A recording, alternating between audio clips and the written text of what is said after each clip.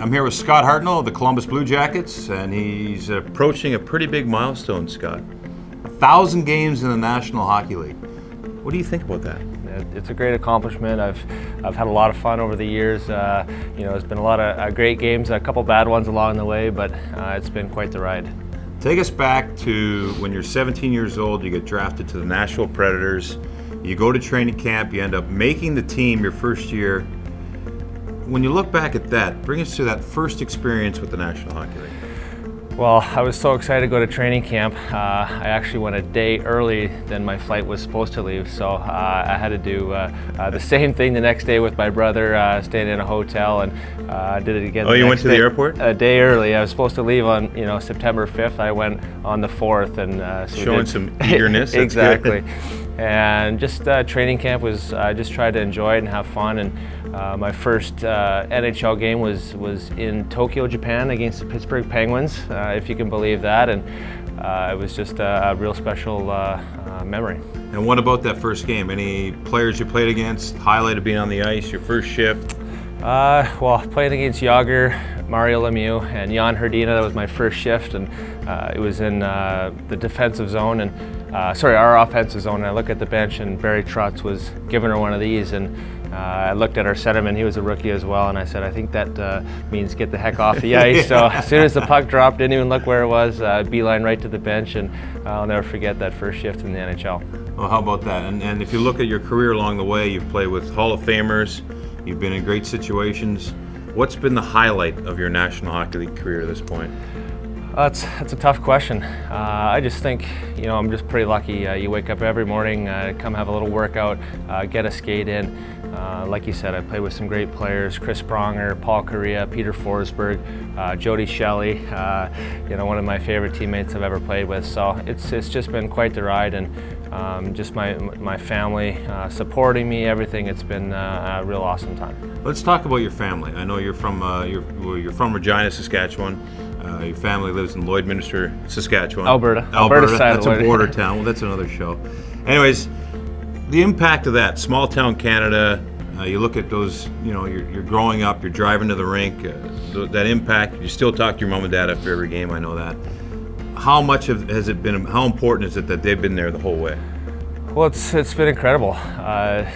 The early morning practices, I know every small town Canadian kid, you're waking up before school, that your parents are right there with you. You move away when you're 16 years old to junior hockey, and they were making that trip up almost every game. Driving home after the game, my parents were teachers. They were up at the crack of dawn to make it to school on time to teach.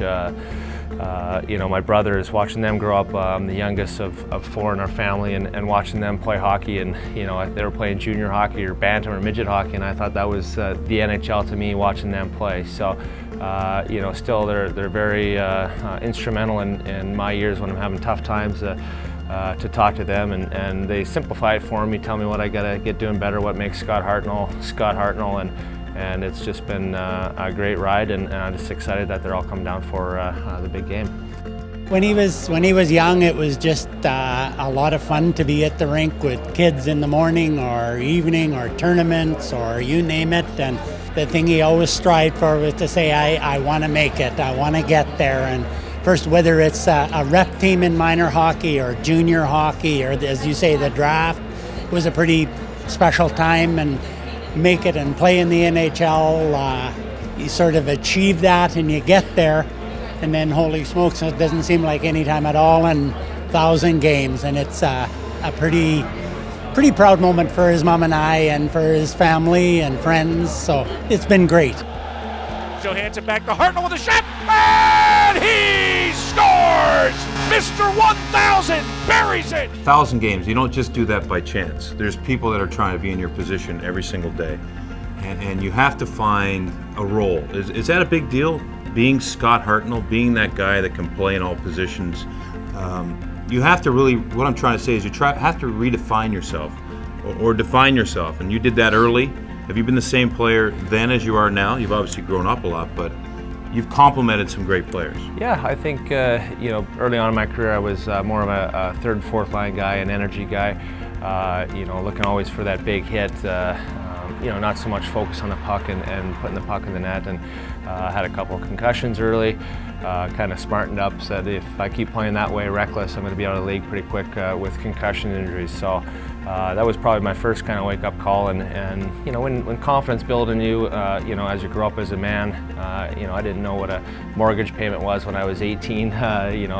Rent was late almost every other month, and you grow up pretty fast. And hitting my early 20s, mid-20s, I felt a lot more comfortable in my body, with myself as a person, and I think my career took a giant step forward. So 32 years old, looking on 33, and I think I still got a lot left in the tank, and excited to be here in Columbus and bring a championship to this city. Oh, that's a great segue, because this is what I'm trying to get to, is that you played for the Flyers, you went to the Stanley Cup Finals. Situations in that whole run was you were down to Boston 3 games to none. Yep. The odds were against you. You've been in situations, you got that close to the Stanley Cup. Players have played 1,000 games, players have played 3 games, but the dream is to win the Stanley Cup.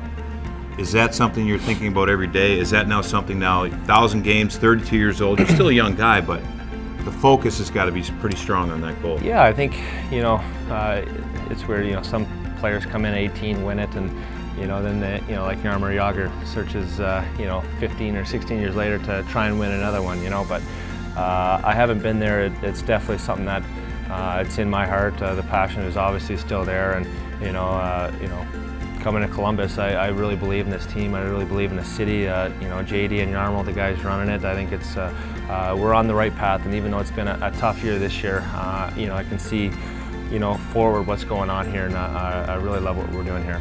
Well, good. Well, you're a young guy. You got a lot ahead of you. I think Gordie Howe's #1 with over 1,700 games. So don't think I'll be there, Jody. Right. Congratulations. Thanks for your time, Scott. Thank you.